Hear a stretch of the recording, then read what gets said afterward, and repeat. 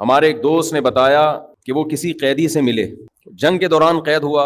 वो कैदी ये करता था, इनके साथ जब होटल में खाना खाने के लिए जाता तो जो बची हुई रोटियां थी ना, लोगों ने बचाई हुई होती थी, वो रोटियां खाता, नई रोटी नहीं मंगवाता। हालांकि मालदार आदमी था। किसी की प्लेट में देखा रोटी बच गई है तो गया, उठ के वहां से वो रोटी लेकर अपनी प्लेट में रखी और खाना शुरू कर दी।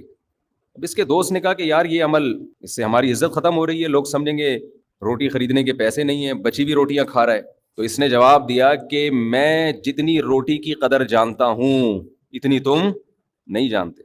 मैंने वो हालात देखे हैं कि ये रिस्क क्या चीज है, ये रोटी इसकी क्या हैसियत है। जब पेट भरा हुआ होता है इंसान का, उस वक्त उसको नेमतों की कदर नहीं होती।